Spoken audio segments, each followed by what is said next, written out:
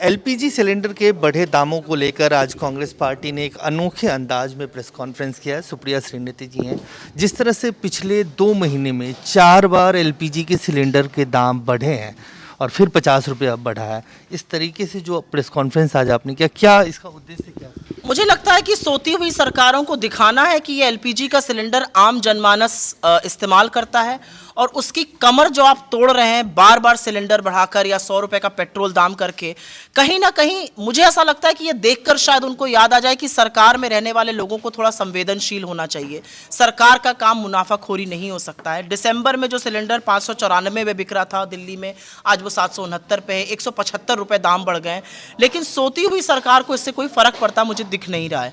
मेरा अपना मानना है कि कुछ ऐसी नेत्रियां हैं भाजपा में जो आज मंत्री बनी हैं, जो सड़कों पे उतर जाती थी सिलेंडर लेके, शायद इन सिलेंडरों को देखकर उनको याद आ जाए कि सरकार का परम कर्तव्य होता है आम जनमानस के लिए राहत लाना और अपने रोकड़े बनाना नहीं।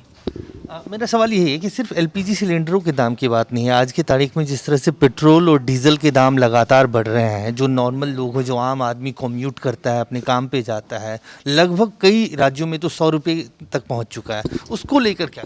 नहीं, बिल्कुल आपने सही कहा। ऐसा है कि जो पेट्रोल के दाम है या पेट्रोल एलपीजी के दाम है, इसका कहीं ना कहीं वास्ता इन्फ्लेशन से भी, और इन्फ्लेशन लगातार बढ़ रहा है। तो 2 चीज़ें हैं। एक तो सरकार को इकोनॉमिक्स की समझ ही नहीं है। अगर आप ये सब दाम बढ़ाते जाइएगा तो इन्फ्लेशन बढ़ेगा, इन्फ्लेशन बढ़ेगा मतलब आरबीआई रेट बढ़ाएगा, आरबीआई रेट बढ़ाएगा मतलब जो मांग थोड़ी बहुत हो सकती थी उस पर भी आपने पानी फेर दिया है। दूसरा, इसका यह भी मतलब है कि जिस सरकार ने मुनाफाखोरी करी है, हमारी जब सरकार थी तो डीजल पर 3.5 रुपए का टैक्स लगता था एक्साइज का। इस सरकार ने एक्साइज 12 बार बढ़ाया है और करीब 24 लाख करोड़ कमाए हैं। डीजल पर आपको तो पता ही होगा, डीजल पर जो टैक्स अब सरकार लगा रही है, जो 3.5 रुपए होता था वो अब लगभग 32 रुपए है। पेट्रोल पर जो 9 रुपए करीब होता था वो अब 33 रुपए है। अगर सरकार उसी को कम कर दे तो लोगों को राहत मिल जाएगी। मुझे ऐसा लगता है कि आपदा में अवसर ढूंढने की जो बात मोदी जी करते थे वो आम लोगों के लिए नहीं करते थे, वो अपने और अपनी सरकार के लिए करते थे कि कैसे लॉकडाउन में जब $20 भी हो गया कच्चा तेल, हमें और आपको और आम जनता को कोई राहत नहीं मिली। और इसलिए नहीं मिली क्योंकि सरकार का आशय था ही नहीं राहत देना। सवाल ये है कि बजट जब पेश किया गया तब ये आश्वासन दिया गया, हालांकि सेस लगाया गया कि कीमतें नहीं बढ़ेंगी, लेकिन कीमतें तो बढ़ रही। ये बहुत अच्छा आपने सवाल किया है। ये भी एक षड्यंत्र था। इन्होंने सेस लगाया, और सेस कैसे लगा? 4 रुपए और 2.5 रुपए का पेट्रोल और डीजल पे इन्होंने एक्साइज ड्यूटी स्ट्रक्चर को चेंज किया। जो एक्साइज से आता था उसका थोड़ा बहुत शेयर राज्यों को भी जाता था, लेकिन जब आप सेस लगा देते हैं तो वो सारा का सारा पैसा केंद्र सरकार रखेगी। तो जमाखोरी का और मुनाफाखोरी का एक नित नया आयाम कायम कर रही है ये सरकार।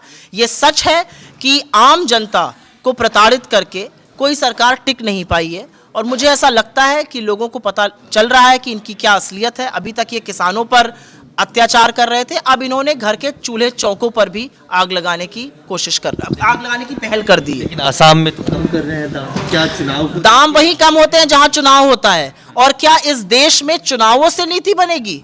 दाम वही कम होते हैं। बिहार का चुनाव होगा तो दाम बढ़ने बंद हो जाएंगे, जैसे ही बिहार का चुनाव खत्म होगा 15 रुपए बढ़ जाएगा।